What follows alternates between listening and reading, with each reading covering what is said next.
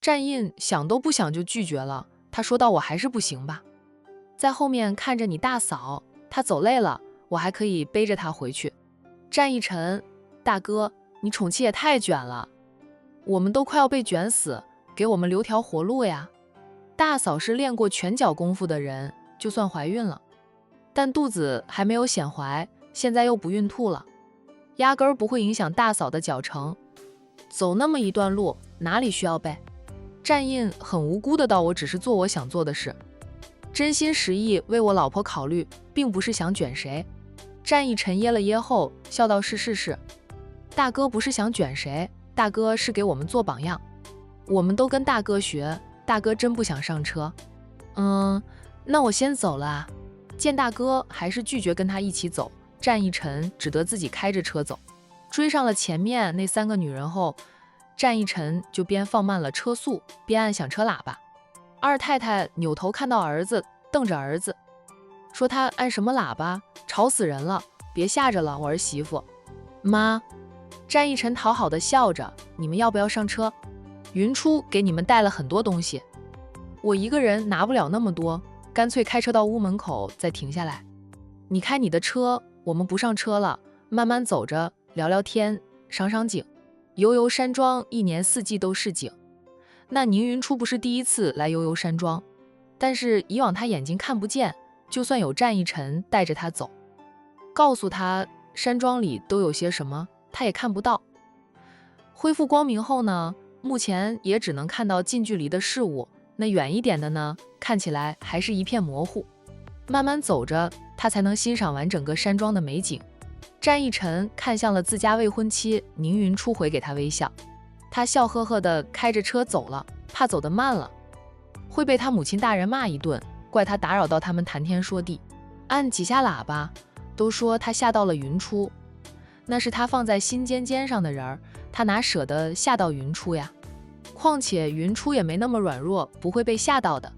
云初，这也是你的家，以后回来就回来吧，不要给我们买那么多东西了，我们什么都不缺的，只要你们年轻人周末有空回来陪陪我们这些老人家，吃饭，说说外面的新鲜事，比送我们礼物更让我们开心。我们老了，不喜欢出去走动，天天窝在山庄里，无聊得很，顶多就是打打牌解解闷。听着二太太的话，海童偷偷的捂嘴笑啊，知道家里的长辈们退休生活过得非常的精彩。云初温声说道：“妈要是不嫌我们叨扰你们，以后周末我和一晨都回来。”哪里会嫌啊，你们现在还年轻，不懂我们老年人的寂寞啊。人老了就盼着儿孙满堂，盼着儿孙能经常陪陪我们老家伙。妈，你们都还年轻，一点都不老。战家的几位太太保养得很好，看上去就像是30几岁一样。宁云初重见光明后，见到了准婆婆，惊叹准婆婆的年轻，婆媳俩站在一起，像是姐妹俩。海童在一旁痴痴地笑：“云初，你没有听出二婶话里的重点呀？二婶话里的重点，那是儿孙满堂，二婶想抱孙啊。”云初的脸上飞起了2朵红云，却又大方地道：“我和一晨随时都可以结婚，不过生孩子的事估计要几年后了。遇到困难了？”海童关心地问他。二太太也看着他。二太太是想抱孙了，要是小年轻还不想生娃，或者现实还不适合，她还能等的，多等几年也无妨，只要小年轻们不走丁克路线就行。真走丁克路线，他们当长辈的一时间难以接受，时间长了也就能接受了。孩子们都长大了，他们有他们的想法，有他们想过的日子，只要孩子们开心，觉得幸福就行。累不累？要不先进凉亭坐坐。到了一处凉亭，二太太问着云初。那宁云初说道：“不累，刚来，他想先进屋里跟大家打声招呼，不好一来就在凉亭下坐着。程医生说我现在的身体生育艰难，需要吃一段时间的药调理调理，不过要等我眼睛停止用药了，就再给我开调理身体的药。”宁云初坦然地说出真相，早点让婆家人知道也好，让大家都有心理准备，免得婚后久不怀孕，长辈们忧心。闻言，二太太关心地问程医生说能调理好吗？云初以前过的日子不好，身体会有点毛病，需要调理，二太太能理解。同时又怨及亲家，她就不明白了。哎，就算不爱前夫呢，难道女儿不是亲生的吗？那同样是自己怀胎10月所生，宁太太是怎么做到那样偏心的？对宁思琪这个小女儿，宁太太捧在手心里怕摔着，含在嘴里怕融化。对云初这个长女不疼爱就算了，还老是虐待，甚至想要长女的命。云初命大，几次死里逃生，结果还是瞎了10年，还身体健康受损，导致生育艰难。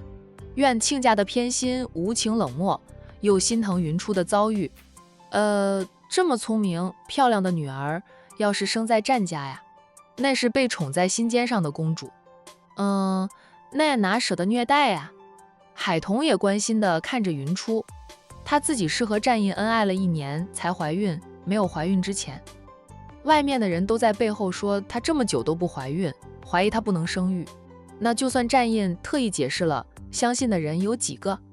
外面的人不说什么了，就她丈夫的外婆都操心这件事，送了一张药单给她婆婆带回来，说什么吃了那些药能调理好身体并成功怀孕的。她知道婚后久久不怀孕会面临着什么样的压力，自己也会跟着变得焦虑，压力特别大。程医生说能调理好，他说我以前身体有亏，幸好现在遇到了他能调理过来，要是时间更长一点，希望就不大了。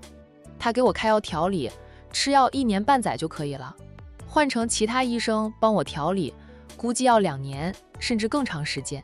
听到说程玲玲能帮云初调理好身体，二太太和海童都松口气。二太太说道，能调理好就行，先结婚，你们小夫妻俩过几年的2人世界。哎，再要孩子也不晚。宁云初看着婆婆，二太太明白她这样看着自己是什么意思，好笑的轻点一下她的额，说她不用这样看着妈，别说你的身体能调理好，就算你真的不能生，妈也不会嫌弃你，若是会嫌弃你，早在奕晨追求你时，我就会出面阻止了，不会任由着你们俩发展到今天。刚知道你的时候，你还看不见，并且你小姑姑带着你到处寻医问药了10年，都治不好你的眼睛。只要我儿子喜欢，不管你是什么样的，我们都接受，都不会嫌弃你。哪怕你是个男人，奕晨喜欢，我们都可以接受。宁云初感动得到妈，谢谢你们。让我感受到了家庭的温暖，也感受到了母爱。准婆婆疼她如亲生女儿，我的儿媳妇我不疼，疼谁啊？云初，你不用有心理负担，相信程医生，相信我们。宁云初用力的点头，她信。那3个女人边聊着边走，走回到了中心主屋门口。战奕晨在屋门口等着，买来的礼品全都放在屋里了。战奕晨等着未婚妻在一起给三叔送过去。奶奶不在屋里，宁云初看到未婚夫站在门口等着，问了他一句：他来了悠悠山庄数次，也清楚战家的儿郎和老太太感情特别好，只要老太太在家里，他们一般都是在屋里陪着老人家说话。奶奶一会儿就回来，叫我先烧菜做饭。战奕晨很自然地拉起他的手，笑着感觉我就是回来当苦力工的，需要帮忙的尽管开口。海童接过小叔子的话，你大哥在家里也闲着，可以让他帮忙，你爸也闲着，你大伯三叔都闲着，需要用到人的时候找他们去，先给我们准备好茶水点心水果，我们聊聊天。说这话的自然是二太太，她使唤儿子的时候毫不客气，也不心疼。婆婆当初培养这几个小子的时候，使劲折腾啊，折腾出来的效果相当不错呀。只要儿子们在家里，他们这些当父母的需要什么只要开个口就行，自有儿子们可以使唤，就没有什么事能难倒这几个小子的。就连衣服他们都能自己做出来。他就说了一句，然后收获一堆的帮工，就怕那些帮工都怨着他。妈，我先和云初送东西去我三叔那边。哎，很快就会回来的啦。去吧。战逸晨这才有机会和未婚妻独处一下。他一手提着礼品，一手牵着云初的手，走远了才敢吐槽一下。云初笑道：“我看你乐在其中呢。”他掏出手机，也挣脱了战逸晨牵着他的手，嘴上说到：“刚才我的手机不停地响着，不知道谁给我发了很多微信信息，就陪着妈说话，我就没有看。点开了微信，看到是管家给他来的信息，都是相片以及视频啊。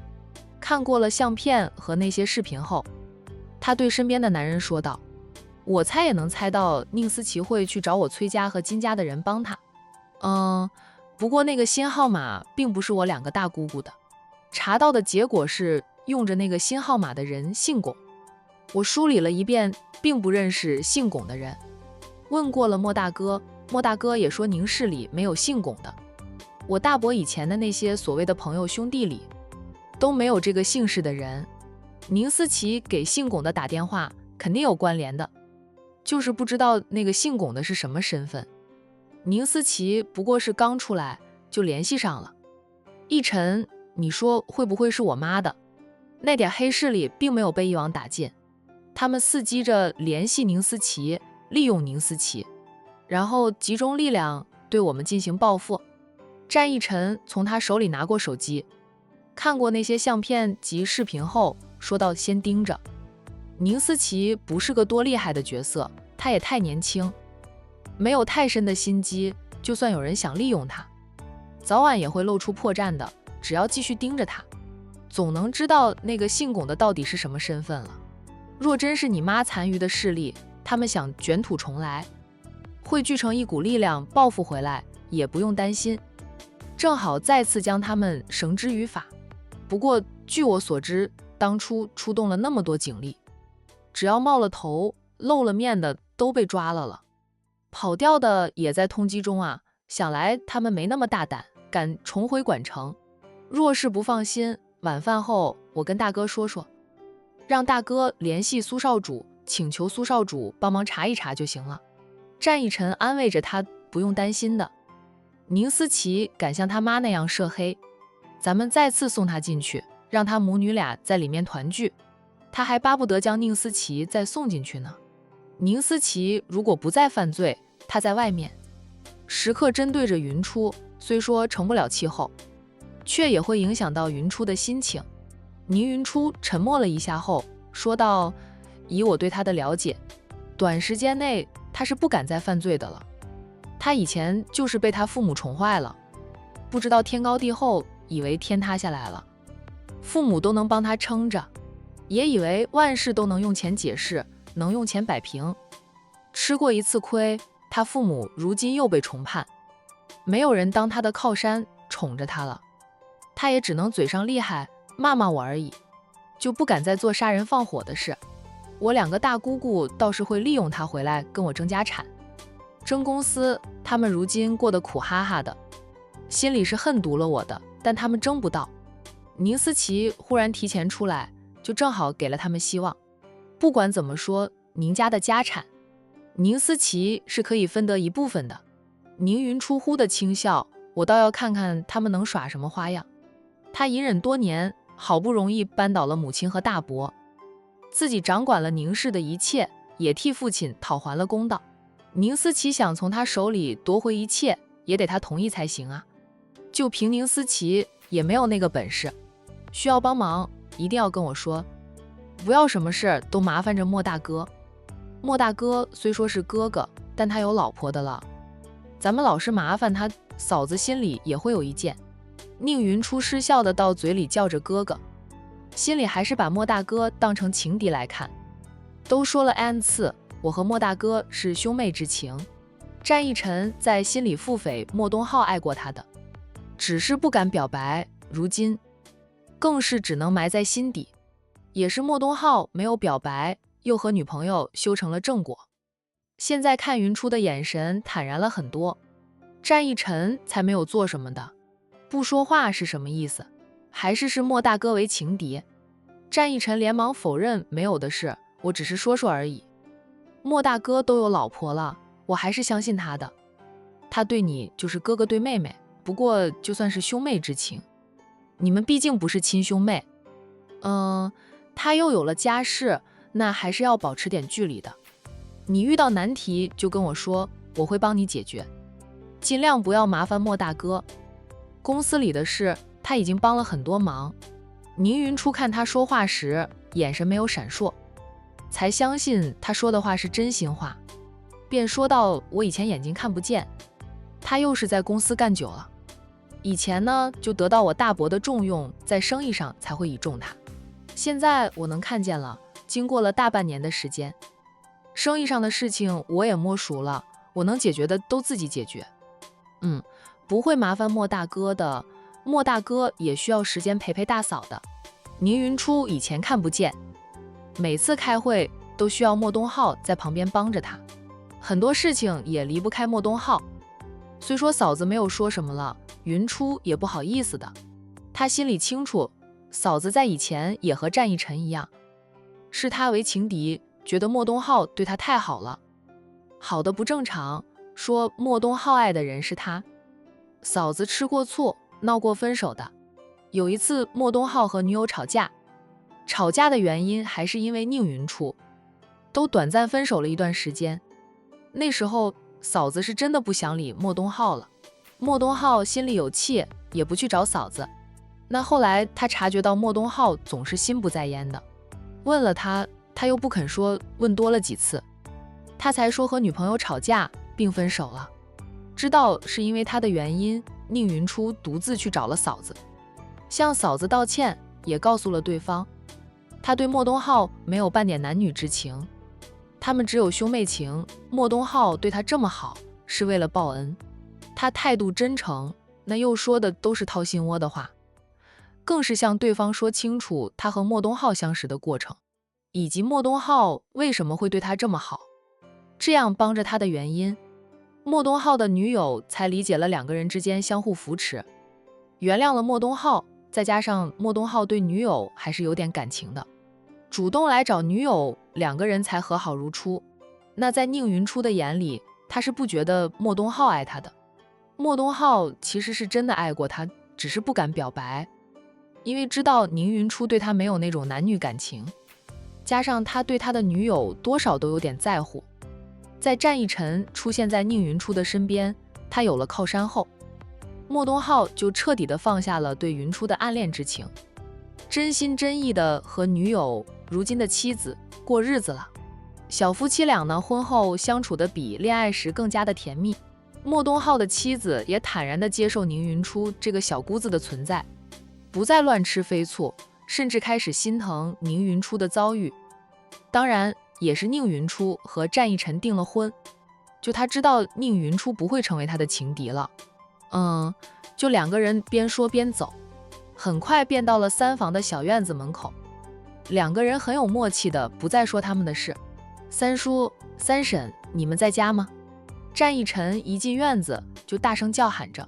宁云初问他，你堂弟又去了江城，大哥大嫂的婚礼过后，乔总一走，老三就跟着过去了，管城大酒店又不用他操心，还有我们看着呢，他只要解决他的问题就行。乔涵对老三是喜欢的，有了点感情的，就是那点感情还没有深到愿意嫁给老三的地步吧。那故而战浩宇现在的首要任务，一就是追妻，顺便坐镇丰泽大酒店。战氏集团旗下还有几间工厂在江城的，战浩宇偶尔也去厂里指导工作了。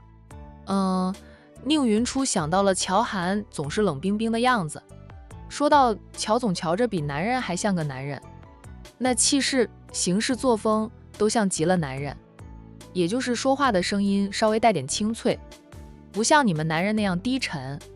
乔涵与人说话都是刻意压低声音的，饶是这样，与真正的男人相比还是有区别的。不过呢，也有些男人说话是稍尖一点的，别人便以为乔涵也是那样的人，没有怀疑过乔涵其实是个女人。战一晨笑道，人家打小就女扮男装，扮了20几年，能不像吗？她太冷了，跟我大哥以前有的一拼，都是冷冰冰的。表情严肃，总是一副生人勿近的样子。大哥以前有多严肃冷漠，你是不知道的。你见到我大哥时，他已经是个宠妻狂魔。在大嫂面前，我大哥温柔如水，像乔总那样的女人，也就是老三才接得住。我还是喜欢你这样的女孩子，温柔似水，却又不软弱，看着很好欺负，其实是块硬骨头，忍耐性一流。璎珞就被身边的女人掐了一把，嫌我是硬骨头，你还要啃？他可没有叫他啃他的，他都不想连累他，是他像块牛皮糖似的粘上来，让他甩都不甩不掉。他的初吻都是被他强行夺去的，好在也就是那一次，他用了点强硬的手段，后面都是很尊重他，不敢再对他用强的。战一晨，别翻旧账，他那时候是在吃醋，过于冲动了，强吻他一回，他不理他，可把他急坏了，最后不得已向兄嫂求助，让嫂子在他面前帮他说好话，他又死皮赖脸地跟着他，各种赔礼道歉，那件事才算是接过去。我属狗的就喜欢啃骨头，倪云初又要去掐他，看到有人从屋里出来了，给他一点面子，他才没有再掐他。倪云初是能看到有人从屋里出来，因为还有点距离，他看不清楚走出来的人是谁，小声问着战一晨，我看到有人出来了，是谁？三婶。我只看到有人出来，看不清楚样子。今晚我帮你熬药，按时吃药，慢慢就能恢复正常视力的。说实话的，那些药是真的苦，你每次帮我熬药都是一大碗的，黑乎乎的，闻着都知道好苦。每次他都要捏着鼻子才能一饮而尽。不等战一晨说话，他又自顾自地倒良药，苦口利于病。就再苦，我也能喝得干干净净的，那是程神医开的药方呢。多少人想请程医生治病，都见不着程医生呢。他是托了战一晨的福，得到程医生的上门服务。云初会好的，都会好的，以后你都不用再吃那苦苦的药。战一晨知道他天天喝的药很苦，他帮他熬药的时候，那苦味飘在空中，他仅是闻着都觉得苦，更不用说他天天都要喝。每次他喝完药，他就往他嘴里喂一小块的单晶冰糖，让他甜一甜，明天会更好，黑暗过去了就是光明。他俏皮的话让战一晨笑了，他的心坚宠自强，自信自尊自爱，他喜欢爱惨了他。一晨、云初，你们回来了，怎么又买这么多东西过来啊？家里什么都有，都不缺的，下次回来别买这么多东西了。三太太笑眯眯地迎过来，看到战一晨提着那么多东西，当即就说了他一顿。三婶，这是云初的一点小心意，他要孝顺你们当长辈的，我总不能拦着吧。战一晨笑嘻嘻地说道，又问我三叔不在家里啊？回来之前，我在群里说话时，三叔不是在群里点了菜，说要吃什么吃什么的吗？在呢，在屋里想着如何确解棋局。我们俩刚刚在下棋，你知道的，你三叔的棋艺有多臭，不会下棋，偏又喜欢下棋，被他缠着陪他下了2盘，稍不个局，他就要想破脑袋来确解。等我们进去，他大概都还没有想出来。三太太呢，对丈夫的棋艺嫌弃得很。婆婆培养孩子是很有一套，培养出来的孩子样样都会，不过偶尔还是会有个人例外的。在棋艺这方面，她家男人就是那个例外的。从她认识丈夫到嫁给他几10年，丈夫的棋艺都没有精进过，偏又沉迷下棋，上了瘾的。家里人没有谁愿意陪他下棋，只要是他的棋艺太臭。战一晨呵呵的笑。三太太想帮忙拿东西，战一晨不让，他也不勉强着，亲热地挽住了云初的手臂，对云初就是一顿夸，几天不见，云初又变漂亮了，这气色也越来越好。他投给侄儿暧昧的眼神，又打趣着小俩口有爱情滋润。你们俩都是越来越好看。三婶，我本来就好看啊。云初笑道，三婶是越来越年轻。三太太笑道，不年轻了，已经是当奶奶的年纪，跟你们年轻人比不了。奕晨的脸皮越来越厚，也就云初才包容你。换成第二个人，早就骂你黄婆卖瓜，自卖自夸了呀。三婶，她确实是好看。我刚能看清人脸的时候，看到她的样子都愣了好久，跟她用手摸到的，想象出来的不一样，太帅了。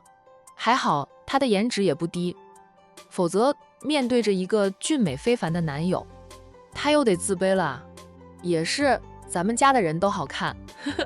三太太呢，笑声爽朗，性格也是个爽朗的，跟唐君叶比起来呢，少了一分的端庄沉稳。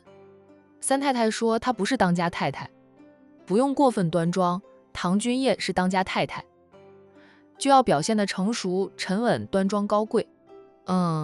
其实私底下的唐君叶跟他们差不多，妯娌三人的性格相差无几，所以特别合得来。云初，你刚看到奕晨的时候，对他满意吗？宁云初脸上泛起红云，但还是笑着说到看不见的时候，摸他的脸，摸了无数次，在脑海里幻想他的样子。等真正看到他的时候，还是很意外的，他和我摸到的感觉不太一样，当然很满意，特别的满意。小姑姑常跟我说，让我以后要对奕晨好，总是说我能找到奕晨这样的男朋友，是我爸爸在天上保佑我的呀。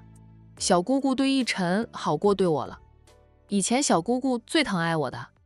宁云初最后面那句话看着抱怨小姑姑偏心，脸上却满是笑意及幸福，连眉梢上都可以看到。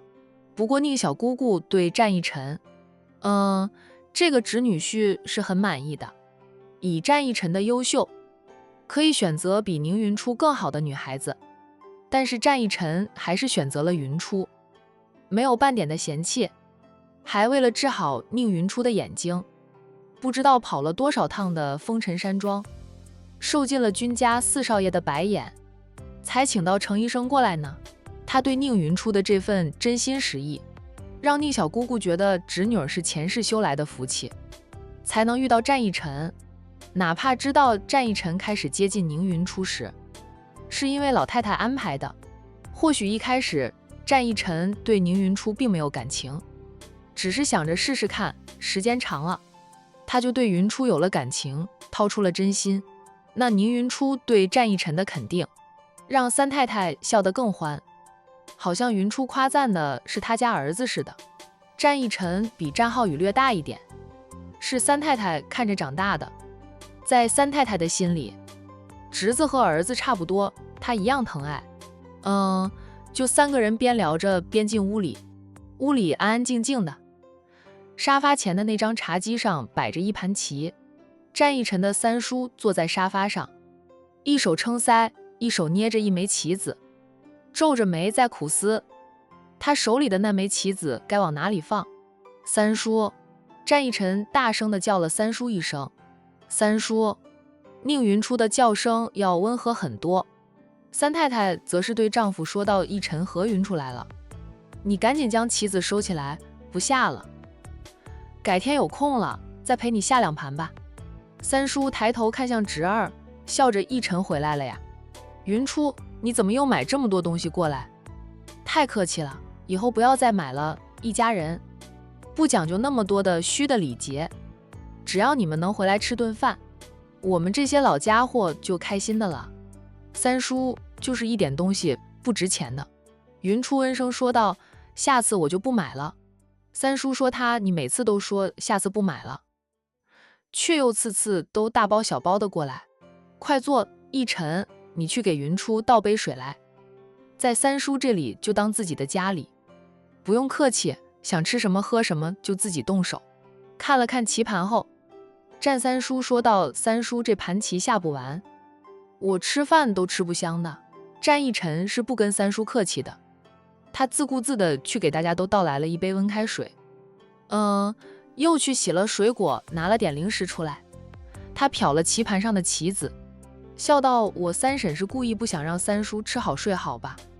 这棋局就三叔的棋艺，我想到明天三叔手里的那枚棋子，也不知道下到哪里去。呵呵，三叔的棋艺够臭的了。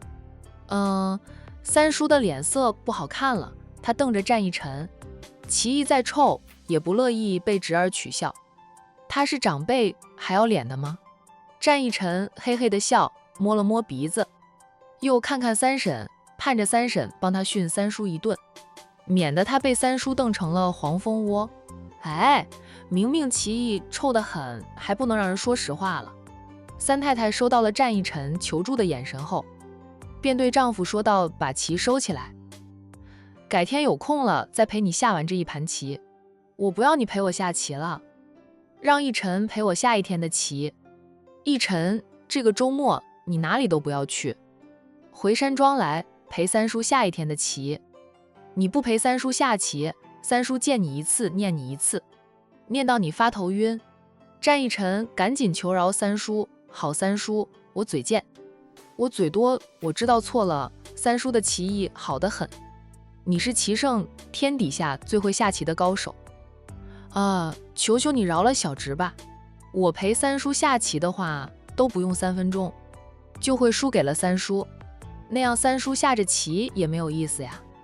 还是让我三婶陪你吧，三婶棋艺高超，你们夫妻俩下棋才有挑战性。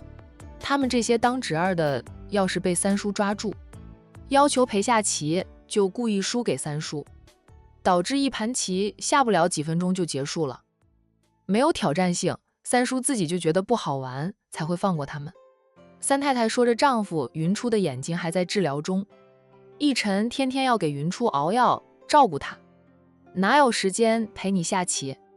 你要是不想和我下棋，等放假让小九陪你。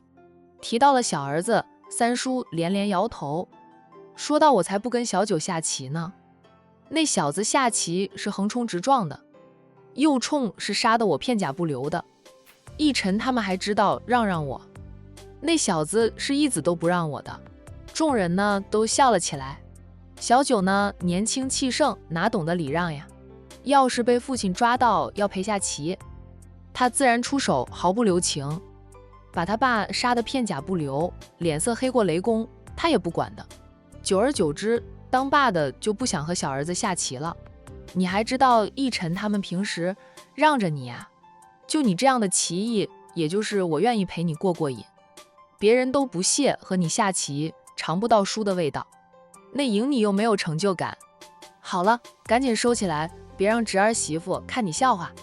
战三叔不情不愿地收起了棋盘，嘴里还说道：“你答应过以后有空陪我下棋的，不能反悔啊。”一晨、云初，你们都听到你们三婶说的话，可得给我作证呀。云初笑道：“三叔、三婶要是反悔，我们就帮你作证，证明三婶答应过你的。”三太太养的宠物猫跳上了沙发，跳到了云初的身边，然后趴下，看着云初喵喵的叫。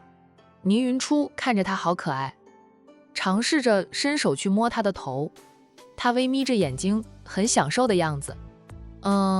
它便抱起了小东西，它很喜欢这种小宠物。母亲和宁思琪以前都养着，不过他们养着的宠物跟它不亲，凶得很。在那对母女俩进去后，他便将他们养的宠物全都转手卖给了别人。如今宁家别墅里除了养着4条狼狗看家护院，就没有其他宠物了。雪雪居然要你抱它，这小东西是猫眼看人低的，我抱它都不乐意，还会抓我呢。看到宁云初抱起了宠物猫，战一晨就惊奇地说了句。三太太笑道：“谁叫你以前踹过它？它记仇呢。不过雪雪的确是挑人的，她喜欢温和的人。我很凶吗？”战一晨觉得自己不凶呀。你们兄弟几个，哪一个是真正温和的？雪雪鬼精得很，你们这种假温和，她能感受出来的。三婶，她叫雪雪吗？好可爱啊，通身雪白，我就给她取名雪雪。这种猫是很可爱，你若喜欢，让一晨帮你买2只回来，很粘人的哦，你坐下了。他们就喜欢蹭着你睡觉，要不就是跳进你的怀里。宁云初笑道：我还是算了吧，现在没时间养它们。大哥当初送了宠物猫和狗给大嫂养，大嫂没时间养着，交给了梁姨照顾。他们跟大嫂都不是很亲近呢，这宠物也是照顾他们就跟谁亲的。那倒是。三太太想起海童的那2只宠物猫以及1条宠物狗，说到梁姨把它们喂成了猪，太胖了，需要帮他们减肥。战逸晨和宁云初在3房这边坐了片刻，就起身离开，回到中心主屋那边。战逸晨进了厨房，开始准备晚上的全家宴。宁云初想帮忙的，他家男人哪肯让他帮忙呀？拜托海童带着他出去看夕阳西下的美景了。妯娌俩在花园里的凉亭下坐着，周围都是假山喷泉，小桥流水，曲径回廊。这是园林风格。宁思琪提前出来了。